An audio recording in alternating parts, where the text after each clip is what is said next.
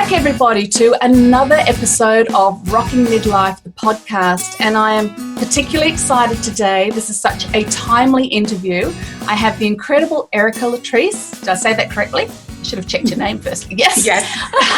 All the way from the US. I'm going to tell you a little bit about her, and then I'm going to let her off the hook because this woman is amazing. So Erica is on a mission to help you understand your purpose and live the life that God has created you to live. She's been featured in the Huffington Post, Prevention, Women's Day, and many other media outlets, empowering others to stop playing small and start living their dreams. Now, Erica is a speaker, a published author, has served as a media expert on platforms alongside some of the top producers in television, radio, and print worldwide. Now, I could keep going because Erica's an amazing lady, but I just want to get started in this conversation. So welcome, Erica. Thank you. I'm excited. I'm definitely excited to be here today. It's so cool. Now, for those people who are listening into this podcast down the track, and we are going to post the video on YouTube as well, the timing of having this interview with Erica is phenomenal because it's right at this moment that all the unrest is happening in the States in particular about racism. And so I was going to be talking about women and rocking midlife and so forth with Erica, but we can do that another day because I've just been chatting to her and she's really open and prepared to dive straight into this subject of racism. And I was saying to Erica, you know, I am your typical white person. I've lived a nice life. I've never considered myself racist. I've never been rude to people of other races, but I also never knew fully what they were going through. And I still don't know fully, but boy, are the blinkers coming off. And I'm learning about white privilege and the life I've had compared to my colored brothers and sisters. So we're going to dive right on in straight away. Erica, first of all, where are you from? Where are you talking to us from? Yes, I am on the East Coast in the U.S., and I am definitely in the middle of everything that you've mentioned. A lot of interesting things happening right now in this country. Yeah. So what's the feel? What are you experiencing? Give us a little glimpse from down here in New Zealand. Yes, it's been a very eye-opening time because I find that a lot of people are now starting conversations around something that has been reality for a lot of people, honestly, around the world. And we kind of touched on that, but it's the reality for a lot of people. And the conversations are opening. And as I was sharing with you, Kat, and I've done several interviews today. And in these interviews, there was a time where I didn't want to talk about this. And I was asked the question, why not? You know, like, why didn't you want to talk about it? And I know sometimes people think like it's just because you're silenced or because of anything else. But I share the reason sometimes why you get tired of talking about it is thoroughly from being tired. It's like revisiting a person being raped or a person being assaulted and having to recount what they're going through, still in the place of not knowing when the next incident may come back up. So I think that's just been the feel. But I also think it's necessary now more than ever to open these conversations because, to your point, there are a lot of people that just don't know that they don't know. For whatever reason, like people, they don't know that they don't know, and they don't know what they don't know. And so I think exactly right. That's exactly right. Yeah. Yes. So it's definitely made. There are so many angles. So if you ask me questions, I'll answer. But I have so many thoughts around this, so it's kind of hard to like streamline. Okay. Well, is it possible? And I'm sorry with what you've just said. Like I know it's going to dredge up some memories. Could you give us some examples of what it's like? So for someone who's looking through my eyes as a white person, what is a day in your life like? Like experiencing like systemic racism? Yes. I think a lot of it is understanding like this, it's human. So it's like the humanity of it. And I feel like just by living, many people are forced to take a political stance just based on living, like based on their skin color. And I think that's something that many people cannot understand, or can they relate to it. And I'll use like a few things that come to mind for me. I'm not sure if you've seen, there's a television series on Hulu, and it's called Little Fires Everywhere. And it has two lead actors, Reese Witherspoon and Kerry Washington. And there's a point in the series where Reese's character says, "I made good choices," because she's living in this beautiful home and she's living in this, and she honestly thinks somehow Carrie's character, the struggle that she's faced with is because she made poor choices. But and Reese's level of affluence is because she made good choices, and Carrie responds to her by saying, "No, you had good choices." Yeah. And I think that's what a lot of people miss, because if I had to do an analogy about it, it would be as if you're running a 1,600 meter race and you have a whole group of people who are starting at the 1,400 meter mark. And they only have 200 more meters to go. And you have a whole group of other people who are starting in the negative. And what I mean by that is that a lot of the things that people take for granted, and even I hear people too, people who are I would consider who are in a place of systematic racism, they're being most negatively affected by it, that still aren't even aware because of all the remnants from it. Wow. But what that means is, the college that I went to, for example, the university that I went to, one generation before me, no one that looked like me could go and receive that education. Wow. When we talk about like business strategy and knowledge, many people that look like me, 100% of them in the United States I can speak to, could not get business loans. So to pass down information, you can't pass down what you didn't have access to. And so when people say things like slavery's in the past and these things are behind us, it's not. Like the effects that most people of color are first generation anything. See, that's crazy, isn't it? You're not talking 100 years ago, are you? You're talking your parents. Now. You're talking still now. Right. Yeah. Right. And there's so many more things on top of that. So things that many people are afforded the ability to not even think about, that many people, of African descent, many people of color, I would say, because the color caste system exists around the world. And that's why I love that we're speaking internationally, because it's not just isolated to the U.S. Yeah. But I will say the U.S. and South Africa have like the most horrendous examples of it. But it's everywhere. Sadly. It is. So yeah, it's a lot, but those are some of the things, just like daily waking up and always being in a place of catching up. A lot of people are always in a place of catching up. And I think that's something that people either refuse to acknowledge, or they will say things like, that's an excuse for laziness. And I know many people of color who are the hardest working people that I know. But when you're the first generation to even understand or have access, to bank accounts or have access to these things without your life being threatened, there's only so much that could be passed down. Yeah. How does this feel for you as a mother too? So you've got two tweens who are nearly in those teenage years, and you were telling me one's a boy, one's a girl. How do you feel as a mother thinking about your children growing up in this situation?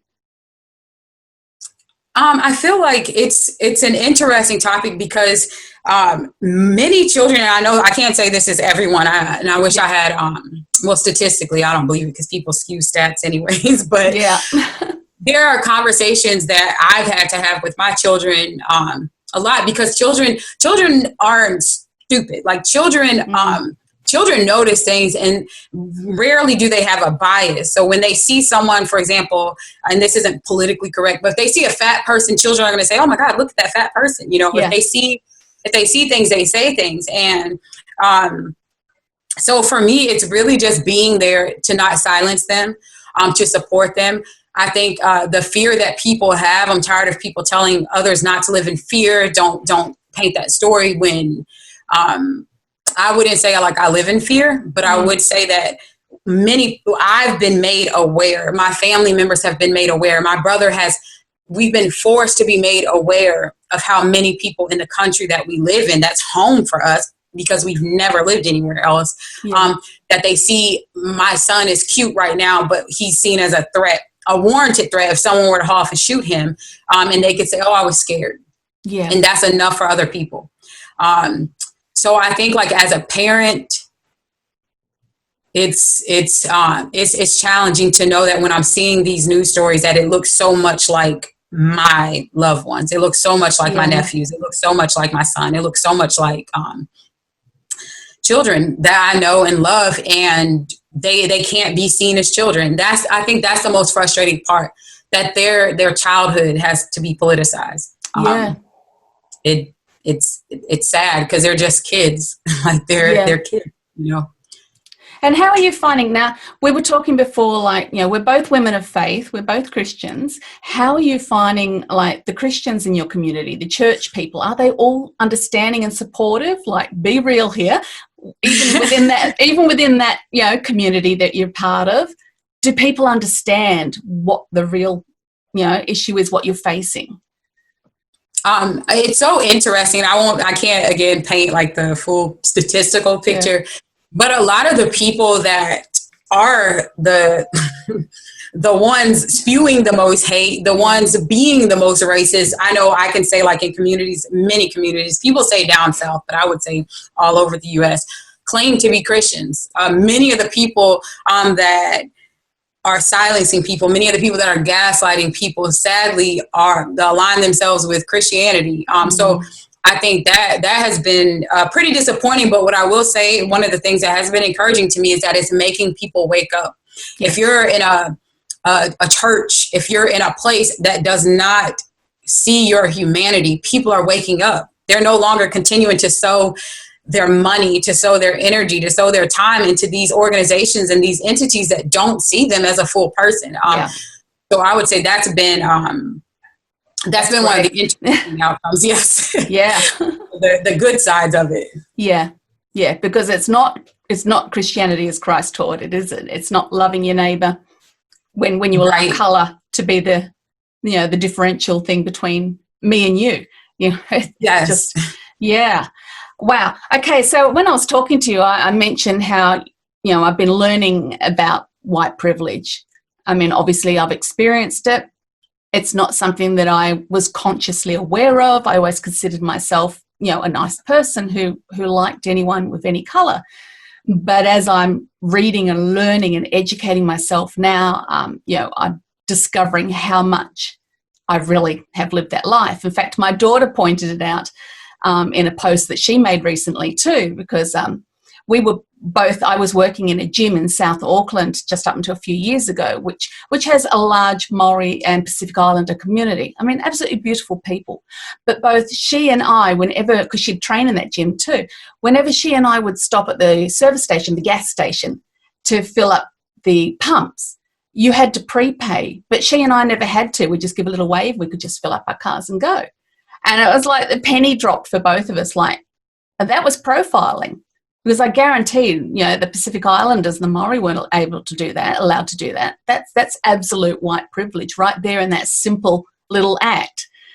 And, you know, it is confronting as a white person to have to peel back those layers and go, shoot, I'm not the nice, pure person I thought I was, because I hadn't removed those blinkers. And it's really, yeah. Are you finding that the white community, I know this is generalizations putting you on the spot, but are you finding the white community around you, particularly the people of faith, are they realizing this? Are they verbalizing, oh my gosh, I didn't realize? Yeah, I've seen a lot of like back and forth, and I've seen a lot of people get angry and or like apologetic and things.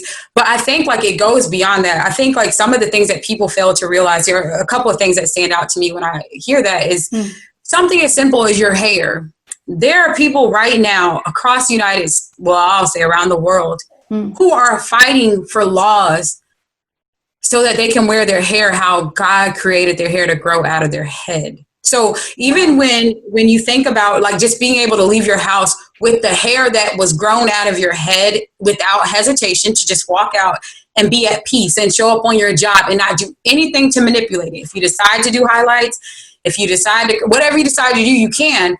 But there are people who cannot do that, and it's 2020. Yeah. So I think it's like the simple things like that. that people don't think about. It's like it's systematic and it's strategic, and it's to make certain people feel lesser than. So I think that too. And there was a quote, and I really need to find it because I quote it a lot. But there was I think it was like a reporter, a journalist in the early 1900s. He was interviewing a former enslaved man. And this man was now free, as was everyone else in America after technically free. Yeah. So he basically was making the statement, something along the lines of like, I see you as a whole person. And that man corrected him. I don't need anyone else's permission to be human. Like, I don't need anyone else to see me as whole. And I thought that was so good, because I see a lot of that as if just people, that in and of itself shows that there is a clear distinction of power, that people feel that just by them affirming someone's humanity, that now makes them human. And it's like, and I think I would ask that question to anyone, if you can't, like relate to that, to think when you wake up in the morning, you value your life without question. Yeah. When you wake up in the morning, you feel like you're fearfully, you're wonderfully made, you're a whole person. And never would you even think that you needed a third party to come in and say, hey, by the way, Kat, I see you, you're human, Yeah. It's just an innate feeling. So to understand that there's a whole entire group of people that don't, I won't say that they don't feel that way. It's that they are living in systems where someone could even feel warranted to think that they have that power to give and take away one's humanity, is just evidence of the privileges that people have. So would you say that touches a little bit on the white savior complex that white people can fall into when they're trying to be understanding, but they flip right over to this sort of white savior thing? I think it's a mixture of that. I think a lot of it too is I would encourage them to just understand history, understand history, because I think it goes beyond that. I think it's definitely a thing of power, a thing of, to your point, the savior complex. But I think it goes further than that, because I think if people were more aware of history, more aware of how horrendous chattel slavery was, if people were really aware of the pains and the harm that has happened to people, then to acknowledge that, they wouldn't take, I feel like it's more of a defense mechanism to just, like where people feel like, well, let me just make sure, let me separate myself from that, instead of like looking deeper at the problem. And I think part of that is that there aren't many people that are willing to give up those benefits. There aren't a lot of people that are willing, even if you hear when people talk about like reparations and things, and people aren't willing to give that up. And I think about this because there was a person that was kind of going on a rant, and she was white, and she was saying she was just outdone by the recent like COVID crisis and how businesses are losing money and things. And she made the statement that, this country, speaking to the US, was built on entrepreneurship. And I wanted to just ball up and just like throw myself to her doorstep. Yeah. And are you serious? Like, no, it was built on free labor and chattel slavery. Yeah. And if you don't think many of the entities, many of the traditional wealth, legacy wealth, was built on the backs of free labor. And because people won't acknowledge those things. Yeah. I think that's a bigger part too, where it's kind of like, it's okay, let me just let you know, I love you today, I love you now, It's like, well, if you really loved it, then look into history, backtrack the fact that 2 generations ago, the benefits that were there, and then start distributing them, equally, so that everyone's on the same playing field, which people won't do, But. Yeah. Yeah, it's a tricky one, isn't it? Because there's, understanding, having your eyes opened, being, getting the education, all that business, getting enlightened, but there, you're right. But then we take that next step. Okay, so what's fair? And that's the next step, isn't it? And that's where people then suddenly seize up. Yeah. It's interesting what you're saying, because as I was saying to you earlier, and listeners from New Zealand, Australia have probably already picked it with my accent, but although I've lived in New Zealand for 21 years now, I'm actually Australian. And there's so many similarities, because Australia, systematically abused the Indigenous people there, the Aboriginal people, same way what happened in America.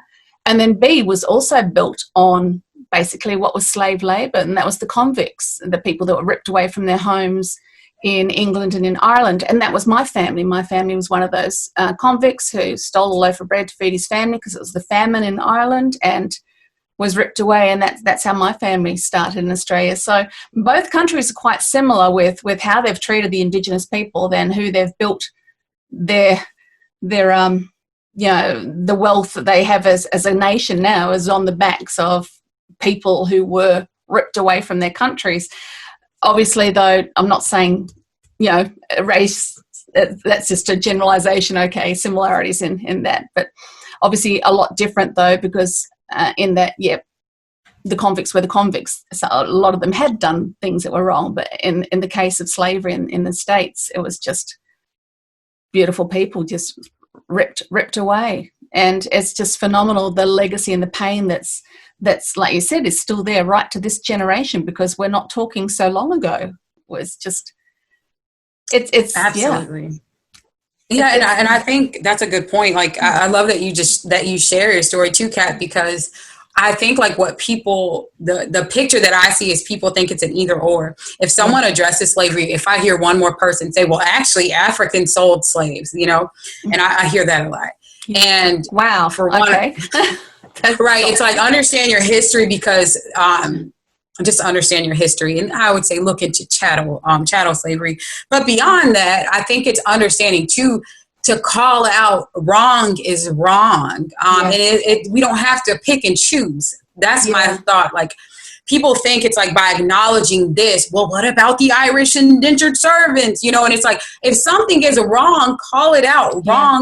Wrong is wrong. So I love that you share that, because there are too many things that we're still affected by it now, but people aren't willing to really talk about it and get to the root of it and really address it. So well, it's just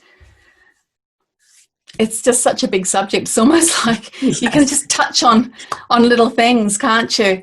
I was telling for listeners, I was telling Erica earlier about another friend of mine who lives in Atlanta, a beautiful coloured lady who has, and I don't even know if that's the right term, a lady of colour, and with 3 grown boys, beautiful looking boys. But her fear now, if every time they leave the house, if they're going for a jog down the street, or she's done well for herself as an amazing coach and speaker, so they drive nice vehicles. Are they going to get pulled over because they've been profiled as these boys in these nice cars? Therefore, it must be stolen.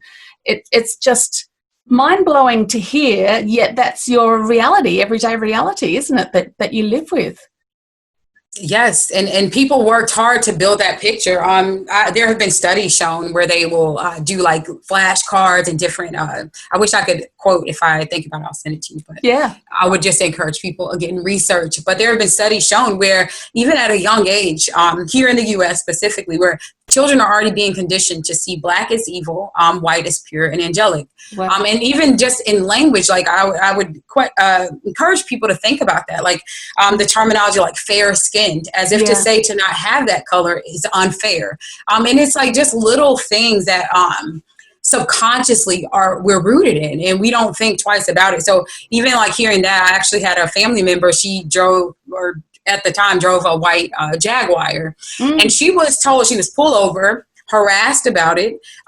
She had to disclose information that most people never get pulled over, and having to disclose for that officer to feel comfortable as to why is this African descended woman driving a white Jaguar. And then eventually told her, I don't want to see this vehicle back in this county. She's a therapist. She was just going to work.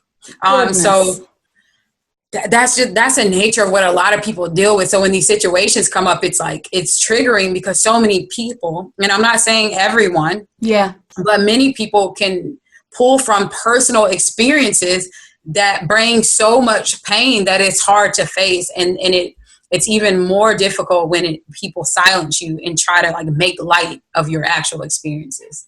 No, I just had 2 thoughts then, because one is, that's so difficult, because here you are, you've got, African descent people who like yourself, who are working hard, who have gone and got educated and are making huge difference in the world. Your friend, the therapist, this other friend of mine who's also an international speaker.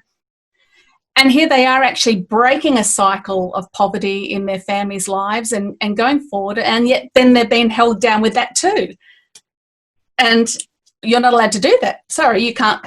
It's crazy. Like, yeah, absolutely. And it's not a coincidence. That's the thing. Like, people want to believe that it's a coincidence, or again, why don't you pull yourself up and do better and all these things. And even when we think about the cycle of poverty, I hear a lot too, where it's like, if you're the child of an abuser, there are many programs and things to help people who are like children of alcoholics or children of addicts or children of abuse and things, because we say that some of these cycles can repeat. So how much more do you think when only one generation or two generations back, these people were enslaved, like the ultimate version of abuse, heinous abuse. And that was several generations back for that generation.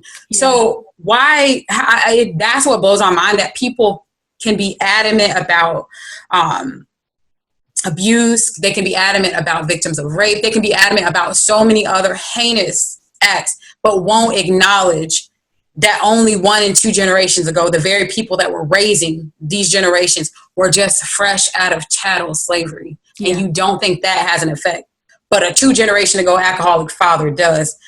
That's the other part that I can't understand the reasoning behind it.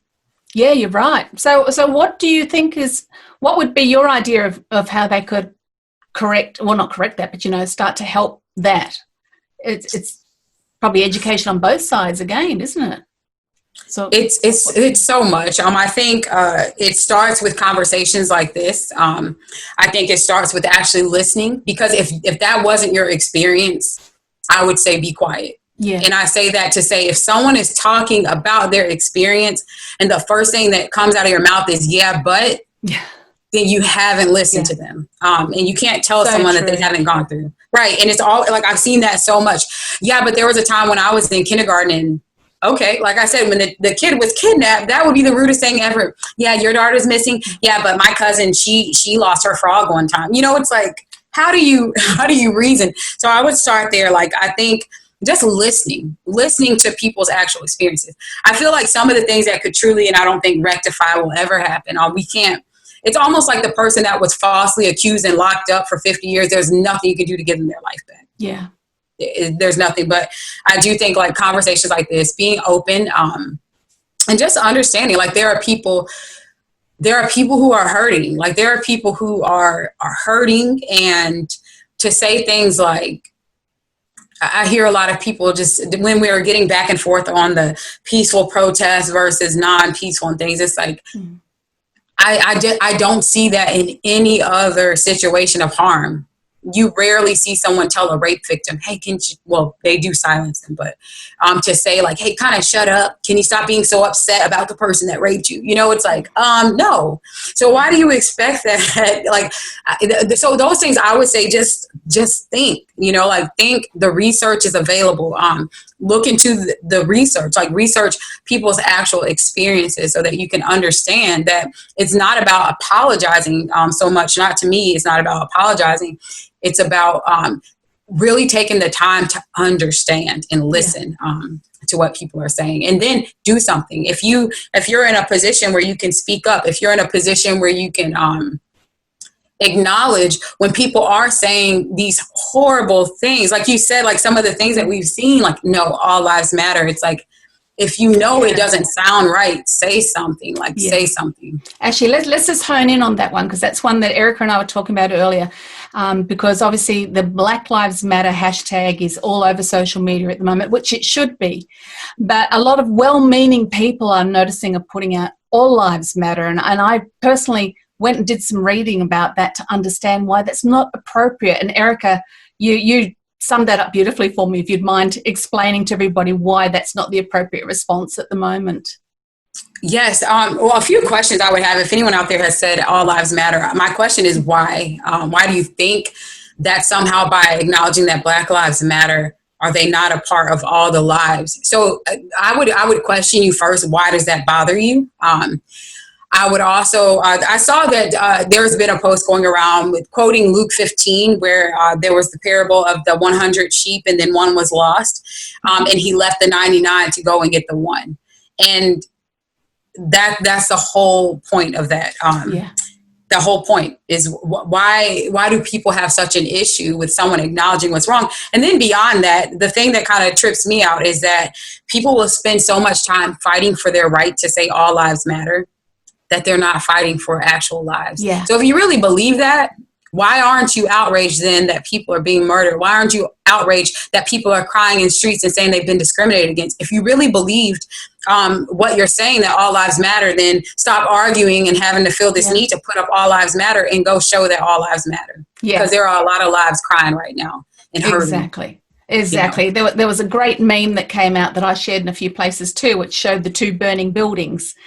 And one's burning and the one's not, and and the person's going, I need to put out the fire on mine, but doesn't my house count? It's not a matter of your house not counting, like you said. It's not a matter of it's in this moment. This is where the fire is, and in this moment is a huge fire of racism that is not just put out, but it hasn't been dealt with. And it's like you said, it's systematic. It's through generations and generations of African descent people having to unlearn what they've been through with slavery, and generations of white people who were the slavers on the other side or oblivious to it, having to unlearn and relearn how we go forward. What are your hopes, Erica? What are your hopes? I hope that people would start raising a generation different. I think it would be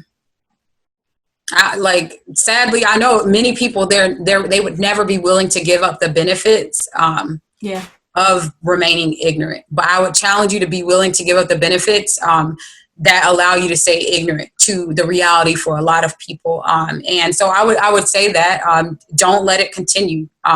If you see these things, say these things. Don't be the person that's allowing that at your dinner table. Don't be the person that's turning a blind eye.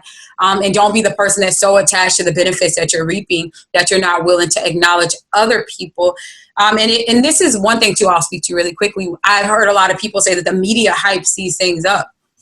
And I know when COVID came out, this was one thing that I had to share with a friend, that she actually said that. And I'm like, it's like when children were coming home and they were starving. And so everyone, since the lockdowns came here in the U.S., so many programs started to help feed these children that are now that stay at home, that haven't had food. Mm-hmm. And the whole point that I want to drive home is the media covering this and these programs starting. It doesn't mean they weren't hungry last summer. It doesn't mean they didn't spend their winter break hungry. It doesn't mean that they all of a sudden had food when you weren't aware of them. These same children have been starving. And that's a cause that actually matters to me, because growing up, my mom always made a point where we would volunteer. We were constantly helping people who were underserved, underprivileged, that didn't have food, and we had food. So when I saw that, it was just kind of like, it's nice that people are on board and holding up signs for childhood hunger, but these people aren't now all of a sudden hungry just because the media chose to put a spotlight on it. And people aren't now all of a sudden hurting just because the media is putting a spotlight on it. Yeah. Just now more people I'm finding feel more comfortable speaking up about it, but it's been there. Yeah. Yeah. So it's kind of, it's start with your community, isn't it? Start with your next door neighbor. And I think I'm seeing a lot of conversation, particularly down here in New Zealand, amongst women in the business sector down here who are like me. We've been scared that we might say the wrong thing. But I think that can't be an excuse. I think we have to kind of get rid of that and just have these conversations and learn and be open, like you said, and not go, but to listen wholeheartedly and start in our community. How can we make a difference right here, right now in our community? Absolutely. I think that's where people become dangerous. And, when people start uniting, divide and conquer. If people were to start uniting and on every side, start listening to each other and start coming together and really working towards actionable solutions for the pain that people are experiencing, for the discrimination and things. I believe that a lot of people that are at odds, that are bumping heads, that are really thinking they're on different sides of the coin, will probably find that they're much more aligned than they even realize. And the moment that people put down the walls, so to speak, and listen, I think that we'll see a lot more. And it, historically too, I won't get into that, but historically that's been the tactic. If we divide people and make them hate each other, they can't band together and actually get resolution. So I love what you just said there. I think it does start with our neighbors, with our community right here in our own, backyards. Yeah. Yeah. Well, Erica, I want to thank you. It's just been such a huge, I don't know. I like I said before, I don't even know half the words to say at the moment about this as the white girl at the other end of the world looking in. But I want to thank you for your openness and your vulnerability and your patience in speaking to people who haven't been aware.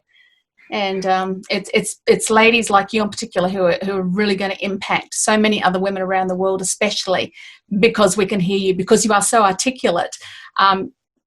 You're allowing others who are like me to learn, and really appreciate that. Appreciate your time. Yes. Well, I thank you for opening the discussion here, because I think a lot of people could benefit. Like I said, to research, the info is out there. Just take the time to look into it. Brilliant. Thank you so much, Erica. And everybody, please make sure that you listen, subscribe, and share this episode. It's an important one.